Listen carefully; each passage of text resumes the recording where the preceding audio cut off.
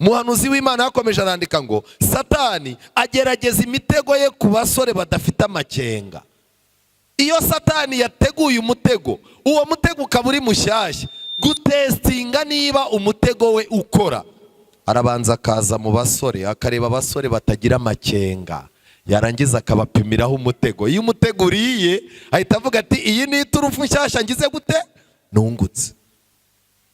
Umukobwa utagira amakenga, umusore utagira amakenga, bazisanga ari iturufu ziri mu biganza bya Satani. Nshuti zanjye, mw'abakobwa mwe, mw'abahungu mwe, byaba byiza kwitwa umunyabwoba, byaba byiza kwitwa umuturage, byaba byiza kwitwa umuntu ugira ubwoba, byaba byiza kwitwa umuntu utareba kure, aho kugira ngo ujye uhubuka ibintu usange wabiguyemo. Aya magambo aratangaje cyane. Satani iyo asuye abasore ababwira ibintu bitatu. Ndacyarimo, muze kuza gusoma iki gitabo cy'ibihamya by'itorero abagifite, volume ya 2 icyigisho cya 18. Icya mbere, Satani abwira abasore iyo abasuye ababwira ko bagifite igihe. Umuntu akaba afite imyaka 35, ari iwabo, nta kazi agira, nta mashuri yize, ariko Satani akamubwira ati uracyafite iki? Uracyafite igihe. Ukabona arimo araryama arabyuka saa 3. Mu gitabo cy'umugenzi nahasomye, igitabo cy'umugenzi, iminota yanjye yageze. Igitabo cy'umugenzi nahasomye amagambo antangaza y'ahantu umukristo yagiye ahasanga abantu 3 baziritse ku nzira. Ngo baryamye, haza umuntu abazirika amaguru ku nzira. Barangije mukristo ahageze aravuga ati reka dukangura aba bantu. Ngo bari abantu 3, umwe yitwaga Muswa, undi yitwaga Bute, uwa gatatu yitwaga Ruhangara. Mukristo aratangira ati rero mureke tubakangure dukomezanye urugendo, biragaragara ko namwe mwari muri mu rugendo.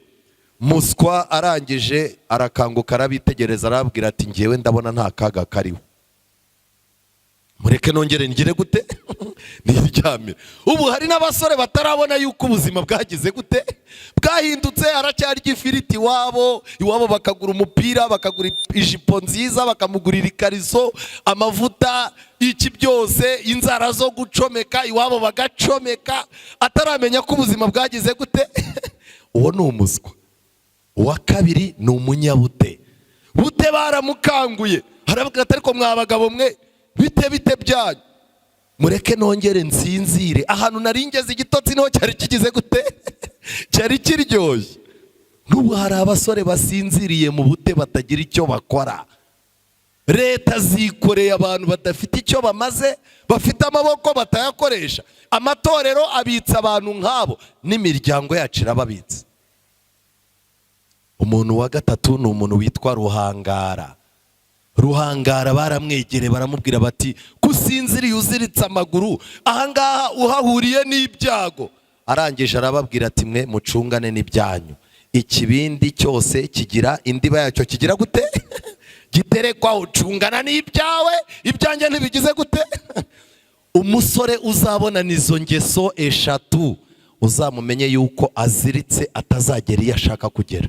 Umusore ufite ubute akaba afite ikintu cyitwa ubunebwe, yarangiza akaba atagira ikinyabupfura mu buzima bwe, yarangiza akaba ari umuntu wibereye aho ngaho utabona ibibazo n'uko isi yahindutse, araziritse ntazagera iyo ajya. Ndasoza mbabwira ikintu cya kabiri. Satani yasuye abasore ababwira ko bafite amahirwe yo kwishimira ubuzima bw'icyaha, ariko akababwira ngo bishimire icyaha inshuro imwe yonyine. Satani araza akakubwira ati nibyo koko ntusanze unywa inzoga, ariko urabona wicaranye na meya, kandi dore uri umwana w'umukobwa wari ugize amahirwe yo kuzamuka. Ubu ngubu byagutwara iki ko no kwihana uzihana? Ubu wemeye ukanywa izi nzoga ukaryamana n'uyu mugabo, ariko ugakingura urugi rw'ubuzima bwawe bwiza, byagutwara iki ubundi? Bwira umukiranutsi nibwira acumuye 7. Satani ajya ashuka abantu muri ubwo buryo, n'ayo masomo nta n'ahantu aba yanditse. Umukobwa akavuga ati inzoga ndayinyweye, agasambana n'icyo kigabo, yarangiza akavuga ati nzaba nihana igihe kigize gute kirahari. Ngo Satani yagushutse akubwira ko inshuro imwe yonyine ariyo wemererwa kugira ngo ugere ku iterambere, ngo uzamenye ko iyo nshuro imwe ariyo ihagije kugira ngo ikwangize burundu. Icya gatatu Satani abwira abasore, abatinyura kugendera ku rubuga rwabuzanyijwe. Iyo utangiye kugira ubwoba uvuga uti bariya basore ni ibirara, ningendana nabo nzangirika, Satani arakubwira ati hoya, keretse nawe utiyaminiya. Umuntu ashobora kugendana n'indaya kandi atagize gute, atarizo. Satani akakubwira ati wowe uri ku rwego wagendana n'abajura kandi ntiwibe. Warangiza ukazaza ujya kubona ukabona umuntu ni umukirisitu yicaye ahantu abantu barimo barakaza kanyanga nawe akaka fanta, ukamaza uti se bariya abantu urimo ntabwo bazakugusha. Oya, nzi ubwenge ntabwo nagira gute ntabwo nagwa. Umusore akakubwira ngo aramutse agiye kwirambagiriza umukobwa wo mu rindi dini akamuzana akamubatirisha, uwo mukobwa ntashobora kuba mwiza kuruta abakobwa bavukiye mu itorero. Aba yahuye na Satani akamutinyura ku rubuga rwagize gute, rwabuzanyijwe. Ndasoza mbabwira ikintu gikomeye, musaba Imana iduha imbaraga, musaba Imana iduha ubwenge. Kandi mwa basore mwe, muri iki gitondo icyo nashakaga ni kimwe, nudakanguka Satani arakangutse, nudakanura abasore bashaka kukwangiza barakanuye. Kandi nudakangukira ubuzima bwawe, isi irahari ngo igukangukire ikwangize. Kubw'ibyo rero, uko bwije nuko bukeye, mwishinganishe mu biganza by'Imana, niho muzakura ihumure, nibwo ibyo mushaka byose bizabagendekera nk'uko mubishaka. Kandi icyifuzo cyanjye ni uko Imana yagira abantu bake isigarana bayikura mu gahinda, kuko abasore benshi bateza Imana agahinda, abasore benshi bateza ijuru agahinda.